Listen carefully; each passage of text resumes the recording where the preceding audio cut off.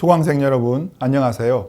지난 시간은 박태준의 기업가 정신에 대하여 살펴보았습니다. 박태준의 기업가 정신이 발현된 사례들은 많습니다. 이번 시간은 그 중에 몇 가지를 살펴보도록 하겠습니다.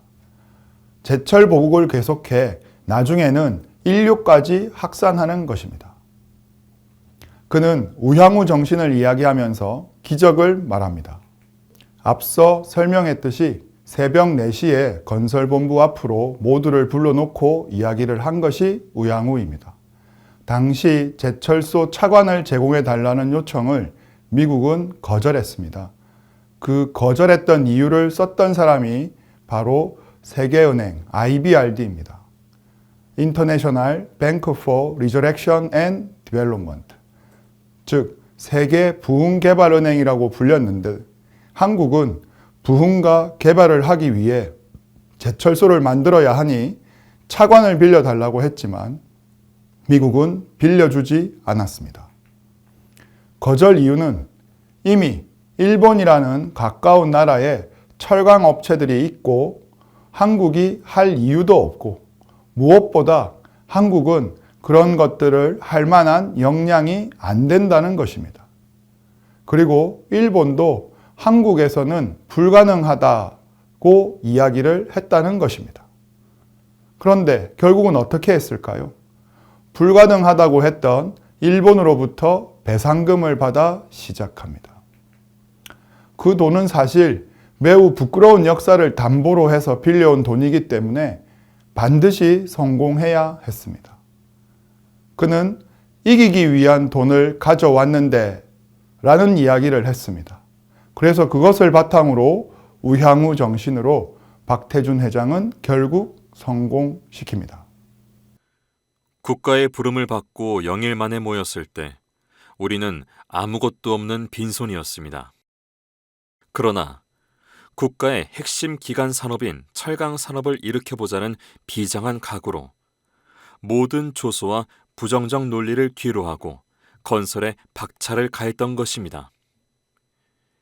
이것은 어떻게 하든지 우리 손으로 국가 경제를 일으켜보려는 철저한 공인의식이 작용했기 때문입니다.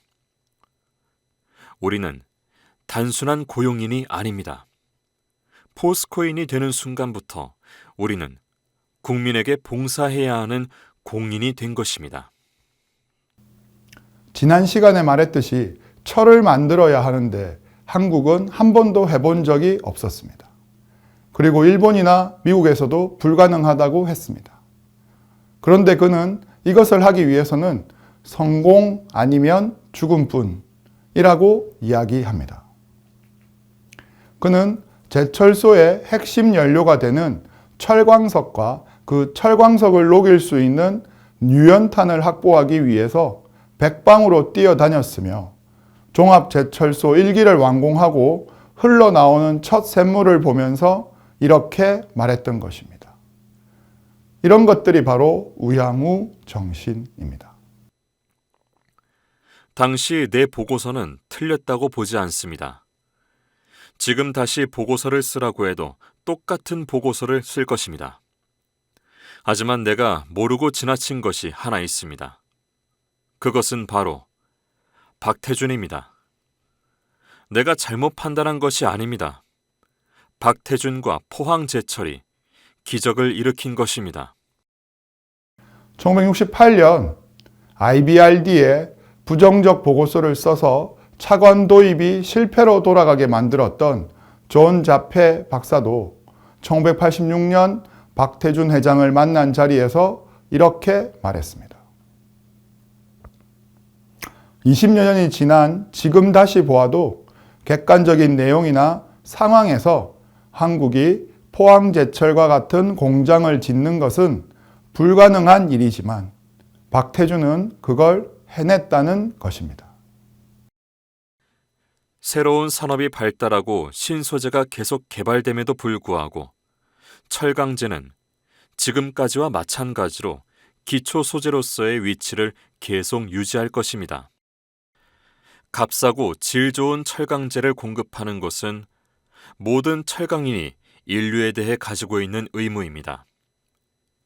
이 또한 이를 위해 설비를 개선하고 기술을 혁신하는 것은 철강인의 사명입니다.